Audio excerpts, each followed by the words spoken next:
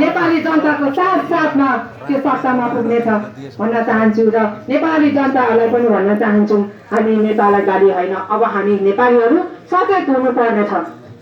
अब पनि हामी उठिनौँ भने हाम्रो देश कहिले पनि उठ्दैन। त्यसै कारणले सहनशक्ति पार्टीलाई यसरी अञ्जलीको माटो हातमा भएको माटोलाई मतदान दिएर सत्तामा पुर्याइदिन अनुरोध पनि गर्न चाहन्छु भन्दै अब यो देश सिर्फ हर्कबादको सिद्धान्तले मात्रै भन्न चाहन्छु। भन्दै जाँदा एउटा सानो कुरा भन्न चाहिँ एउटा गीत भनौँ कि यो सन्देश भनौँ के भनौँ, हर्कबाद तपाईँहरूले पनि गीत भन्नुहोस् है। जय जय हर्का सम्पन, जय जय हर्का सम्पन, जय जय हर्का सम्पन। यो हर्का सम्पनको गीत होइन, यो एउटा सन्देश हो। हर्का सम्पन एउटा व्यक्ति होइन, विचार हो। त्यसैले अबको प्रगति भनेको चाहिँ हर्का सम्पन नै हो, हर्कबाद नै हो। जय हर्का सम्पन, जय माटो, जय सन्धान भन्दै मेरो दुई शब्द यही टुङ्गाउँछु। धन्यवाद।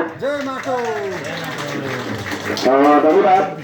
आज नै हाम्रो केन्द्रीय सदस्य विष्णु राईज्यूलाई उहाँले छोटो मिठो आफ्नो भनाइ राखिसक्नु भएको छ। त्यसै गरी म कार्यक्रम अगाडि बढाउन लागिरहेको छु। आजको कार्यक्रममा मन्तव्यको लागि मैले आमन्त्रण गर्न चाहे।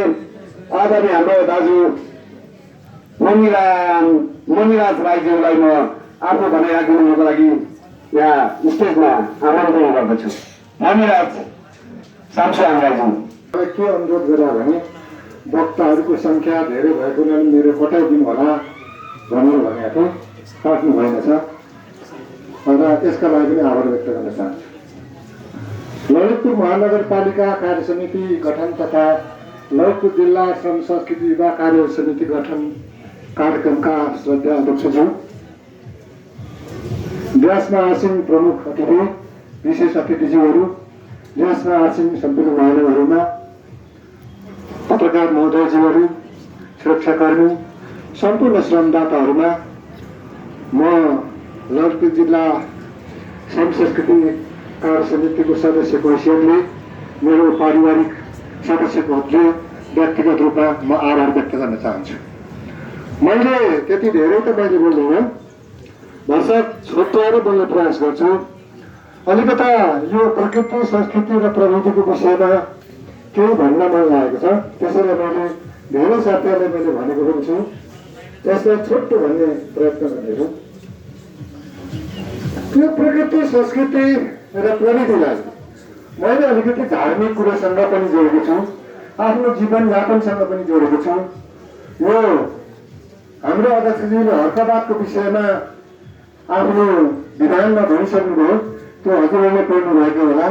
त्यसको अलावा हाम्रो जीवनमा जो हामी हिन्दू धर्मावलम्बीहरू भन्ने गर्छौँ, उहाँहरूले ख्याल गर्नुपर्ने कुरा हजुरहरू जो कहिले ओम भन्ने गर्नुहुन्छ। मैले धेरै कुरा भनिनँ, ओममा 3वटा अक्षर छ।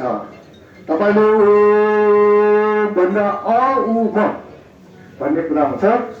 अ भनेको सृष्टि हो, अ भनेको आगमन हो, अ भनेको प्रारम्भ र सृष्टि प्रारम्भ भनेको सृष्टि प्रारम्भ भनेको ब्रह्मालाई मान्ने कुरा हो। त्यसैले ब्रह्माको सही अनुयायीले त्यो ब्रह्माको सही अनुयायी यो सृष्टि भनेको प्रकृति हो। प्रकृति भनेको तपाईँले सृष्टि गर्ने होइन, यो प्रकृतिले नै सृष्टि गरेको हो।